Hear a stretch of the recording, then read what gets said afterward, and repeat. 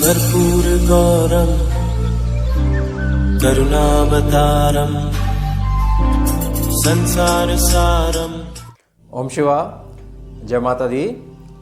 आज बात कर लेते हैं ऐसे जातकों के बारे में जो किसी भी क्षेत्र में बहुत अधिक मेहनत करते हों, उस क्षेत्र के बारे में बहुत अच्छी पकड़ हो उनकी, बहुत अच्छी जानकारी रखते हों, फिर भी अंत समय में जब ऐसा लगता है कि लगभग हमारा काम हो ही गया है और अच्छे रिजल्ट्स हमारे जीवन में प्राप्त होंगे और सुख आएगा, लेकिन अंत समय में वो काम बिगड़ जाता है। सीधे तौर पे जो आपका भाग्य है वो साथ नहीं दे पाता उस समय, तो निराशा हो जाती है। तो यही टॉपिक उठाते हैं आज और इसमें 9 उपाय रहेंगे जिससे जो एक प्रकार से समझ लीजिए जो भाग्य जो साथ नहीं देता है वो समय अनुसार साथ देने लग जाएगा आपका।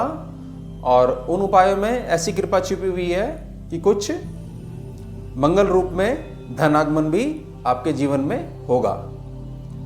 तो चलिए 9 उपाय शुरू कर लेते हैं। कॉपी पेन लेके बैठ जाइए, बहुत अच्छे से इसको नोट करिए।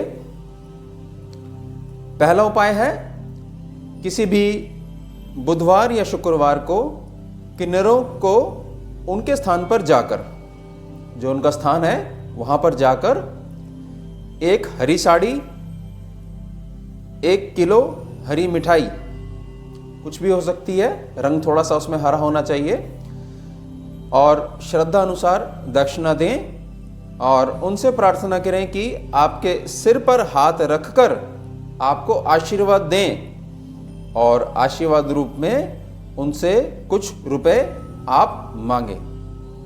मिलने वाले रुपयों के बदले में आप फिर से कुछ दक्षिणा उन्हें अर्पण करें और मिले हुए रुपयों को हमेशा संभाल कर रखें।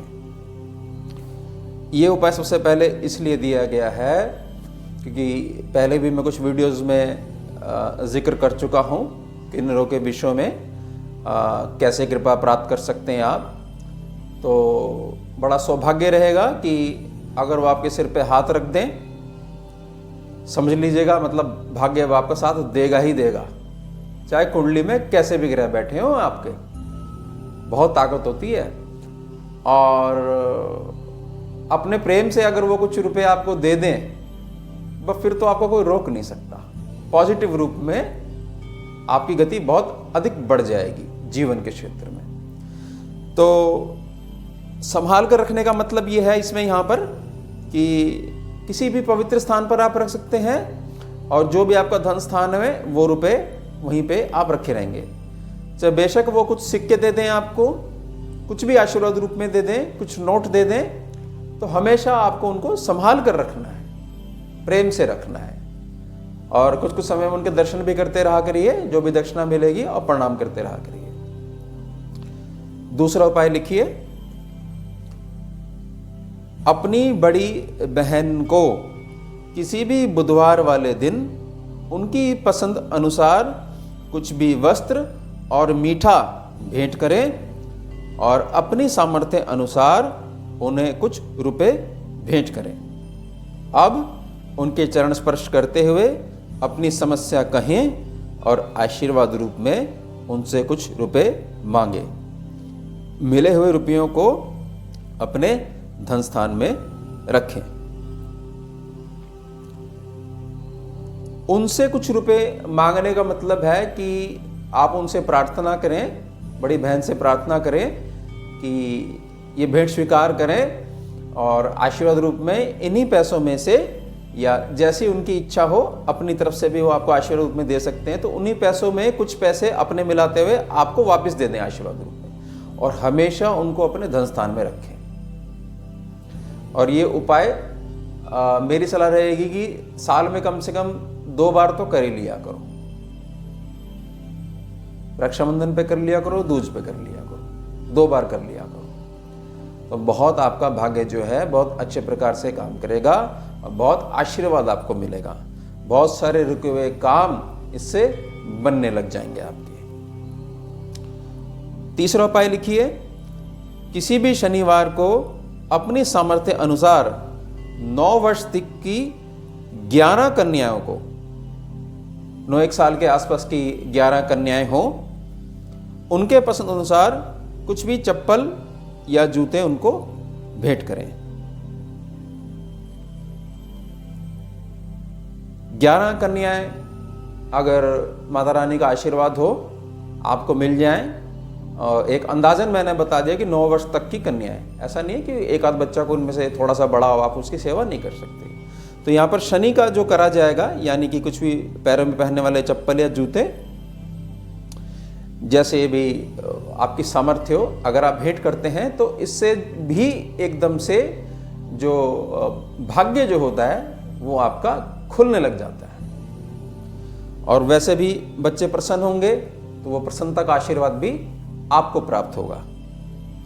बड़ा उत्तम उपाय है और बड़ा सरल है, और आप भी किसी की सेवा करोगे तो वैसे भी आपको सौभाग्य तो मिलेगा ही मिलेगा। चौथा उपाय लिखिए, 1 वर्ष तक लगातार किसी भी गुरुवार, थर्सडे से शुरू करते हुए प्रत्येक गुरुवार किसी भी कर्मकांडी ब्राह्मण देव को आदरपूर्वक निमंत्रण देकर घर पर आमंत्रित करें और उनकी रुचि अनुसार उन्हें भोजन कराएं और सामर्थ्य अनुसार दक्षिणा देकर और आशीर्वाद लेकर, उनका आशीर्वाद लेकर उन्हें विदा करें। देखिए 1 वर्ष तक का समय तो है इसमें, लेकिन ये उपाय जैसे मैंने दिया था तो सौभाग्य तो प्राप्त होता ही होता है। तो मैंने इसमें यह भी देखा था कि जहाँ पितरों की एनर्जी या पूर्वज थोड़े से रुष्ट हुए हैं तो वो भी बड़े प्रसन्न हो जाते हैं, और जब पितरों पूर्वज ही आपके प्रसन्न हो जाएंगे तो सौभाग्य तो आपको मिलेगा ही मिलेगा, और ये लगातार चलेगा। मतलब इसमें ये चीज नहीं होनी चाहिए कि हमारा एक गुरुवार रह गया तो फिर आप कैसे भी करके जहाँ ब्राह्मण देव हैं, जिस मंदिर में हैं, जिस मंदिर की सेवा में है वो, तो वहीं पे भोजन पहुंचवाइए।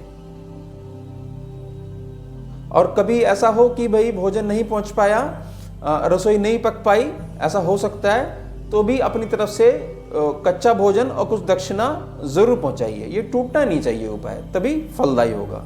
ये पूरा 1 वर्ष लेगा आपका, और उसके बाद ये बहुत अच्छे से आपको लाभ देना होगा। तो इसलिए मेरी प्रार्थना रहेगी कि आप 1 वर्ष तक इसको करना ही करना है, इसको बीच में छोड़ना नहीं है, तब ये उत्तम फल नहीं दे पाएगा अगर ये टूटता है तो।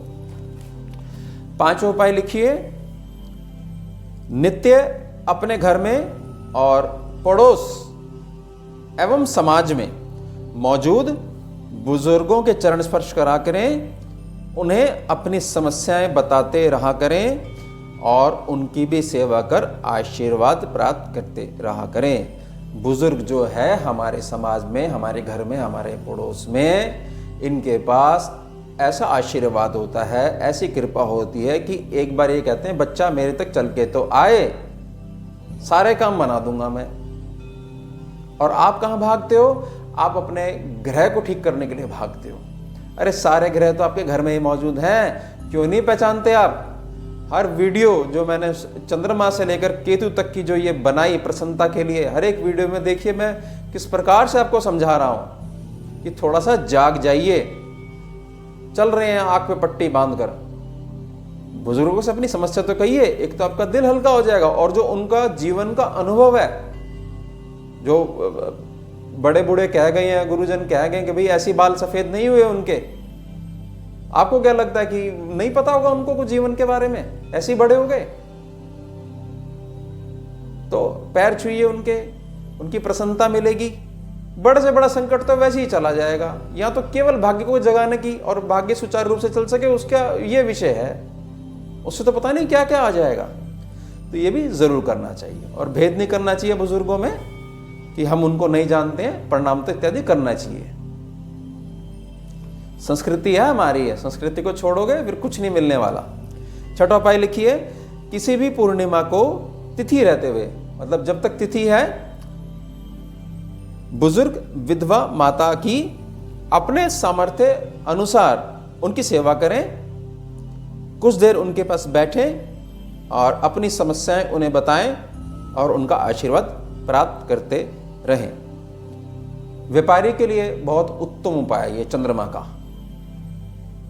जो बिजनेसमैन है या बिजनेस वुमेन है, पूर्णिमा का दिन अगर ऐसा सौभाग्य हो जाए, भगवान की ऐसी कृपा हो जाए, गुरु की ऐसी कृपा हो जाए और माता मिल जाए, माता का सानिध्य मिल जाए, ज़रूर अपनी समस्या उनको बताइए, पैर छूइए, उनका आशीर्वाद लीजिए और जैसे भी आपकी सामर्थ्य अनुसार सेवा हो सके आप ज़रूर करिए, आपको बहुत लाभ पहुंचेगा। विशेष तौर पे, वैसे तो सभी के लिए उपाय है, विशेष तौर पे जो व्यापार में है और ख़ास तौर से जो मतलब हस्बैंड वाइफ जो मिलके चलाते हैं व्यापार को, कंधे से कंधा मिलाकर परिवार को चला रहे हैं, उनको कभी ऐसी दिक्कत आती है कि भाग्य साथ नहीं दे रहा, कुछ मुश्किलें आती हैं, तो ये उपाय उनके लिए रामबाण है। तो ध्यान रखिएगा इस चीज का। 7वां उपाय लिखिए, किसी भी दिन और किसी भी समय, कोई समय सीमा नहीं है, कोई दिन नहीं है, कोई मुहूर्त नहीं है, किसी भी दिन किसी भी समय सड़क पर रहने वाली गर्भवती कुतिया को मूंग की दाल का हलवा खिलाया करें। बच्चा होने वाला हो ना, डॉगी को, सड़क पे रहती हो, मूंग की दाल का हलवा बहुत खिलाया जाता था। अब मैं कुछ लोगों से बात करता हूं तो उनको बड़ी हैरानी होती है, बताइए ऐसे खिलाया जाता है? ये कोई उपाय नहीं है, हालांकि आपको समझाने के लिए इसको उपाय की श्रेणी में रखा गया है। ये समझ लीजिए एक नियत कर्म था, एक आम दिनचर्या का हिस्से थे ये उपाय, जो अब लोग नहीं करते हैं और बड़ी मासूमियत से पूछते हैं। हालांकि उनमें को कसूर नहीं है, उनकी गलती नहीं है कि उनको नहीं पता और गलत दिशा में भागते हैं, पता नहीं क्या क्या करते रहते हैं और साधारण सी चीजें जो है अपने जीवन में अपनाते नहीं है और फिर कहते हैं बड़ा बहुत मुश्किल हो गया है, कुछ समझ में नहीं आता, डिप्रेशन हो जाता है। बताइए, तो ये अगर आप करते हो, और ये आपको ध्यान होगा केतु ग्रह की जो वीडियो बनी थी उसमें भी मैंने थोड़ा सा इसका जिक्र किया था, तो ये खिलाते हैं तो बहुत कृपा आपको मिलेगी और केतु भगवान की कृपा आपकी को मिलेगी तो वैसे ही आपका भाग्य बहुत बड़ी स्पीड से काम करने लग जाएगा, क्योंकि बहुत ज्यादा इमोशनल एनर्जी वो कैरी करके रखते हैं केतु ग्रह। 8वां उपाय लिखिए, माफ कीजिएगा 9वां उपाय लिखिए, माफ कीजिएगा 8वां, किसी भी गर्भवती स्त्री की गोद भराई के शुभ अवसर पर समाज में जो जैसे निमंत्रण वगैरह मिले आपको गोद भराई के अवसर पर, तो जोड़े से, मतलब आप जो है पति पत्नी जोड़े से उनकी पसंद अनुसार लाल साड़ी भेंट करें और उनकी प्रसन्नता का आशीर्वाद प्राप्त करें। यह भी बड़ा अच्छा उपाय है। गोद भराई के अवसर पर आप और आपकी पत्नी यानी जोड़े से आप जाएं और लाल वस्त्र या लाल साड़ी इत्यादि, जो स्त्रियों को खैर ज़्यादा पता होगा इस विषय में, उनकी पसंद अनुसार उनको भेंट करें और ऐसा माने कि वो जो प्रसन्न होंगी उस समय, जो माता हैं, वो जो माँ बनने वाली हैं, जो प्रसन्न होंगी, तो उससे ही आपको बहुत अधिक आशीर्वाद और कृपा प्राप्त होगी। 9th सेक्शन कुंडली का, 4th सेक्शन कुंडली का और 11th सेक्शन कुंडली का बहुत अच्छे से काम करते हैं। ये उपाय मैंने जिनको दिया, स्कैनिंग करिए उसके बाद, ये जो 8वां उपाय जो मैंने आपको समझाया, लिखवाया, आपको ध्यान रखिएगा। 4th सेक्शन, 11th सेक्शन और 9th सेक्शन, तीनों अच्छे ढंग से काम करते हैं इस उपाय को, और दिल से अगर वो प्रसन्न हो जाती हैं जो माँ बनने वाली स्त्री, माता। 9वां उपाय लिखिए, अंतिम उपाय, नित्य काली या लाल गौ माता को, जो उनका माथा है उसको स्पर्श करें और स्पर्श करके अपना जो कंठ है उस पर लगाएं।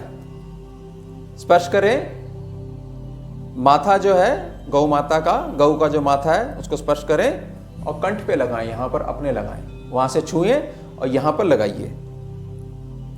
उसके बाद 11 बार गिन लीजिएगा, 11 बार, जिनको जल्दी हो, नहीं तो कोई सीमा नहीं है इसकी, कोई 11 या 21 की कोई सीमा नहीं है। 11 बार मैंने इसलिए कह दिया कि भाई आप कम से कम करना तो शुरू करिए। जो उनकी पीठ होती है उस पर हाथ फेरा करें। और अब इसमें आपकी शंका रहेगी कि भाई लाल नहीं है हमारे पास गौ माता, काली नहीं है तो सफेद पे भी आप कर सकते हैं। लेकिन ये उपाय जहाँ दिया जाता है तो उसमें काली गौ माता और लाल गौ माता, ये प्रकृति का ही नियम है, इसमें मेरा तो कोई कैलकुलेशन नहीं है, मेरी तो केवल रिसर्च है, स्कैनिंग है। तो अधिक तेजी से, अधिक स्पीड से उनका आशीर्वाद काम करता है, खास तौर पे जब हमारे को सौभाग्य चाहिए होता है। तो ये 9 उपाय आपकी सेवा में।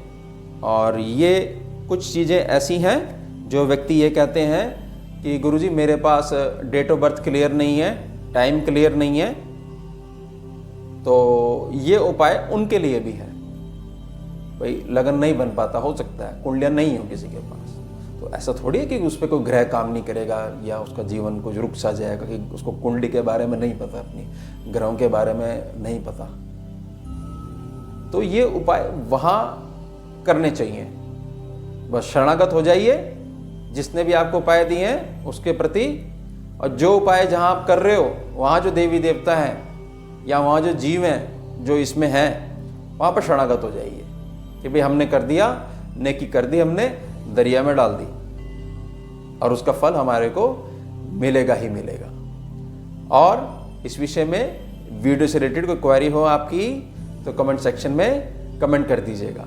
ओम शिवा, जय माता दी। सारम भुजगेन्द्रहारम कर्पूर गौरम करुणावतारम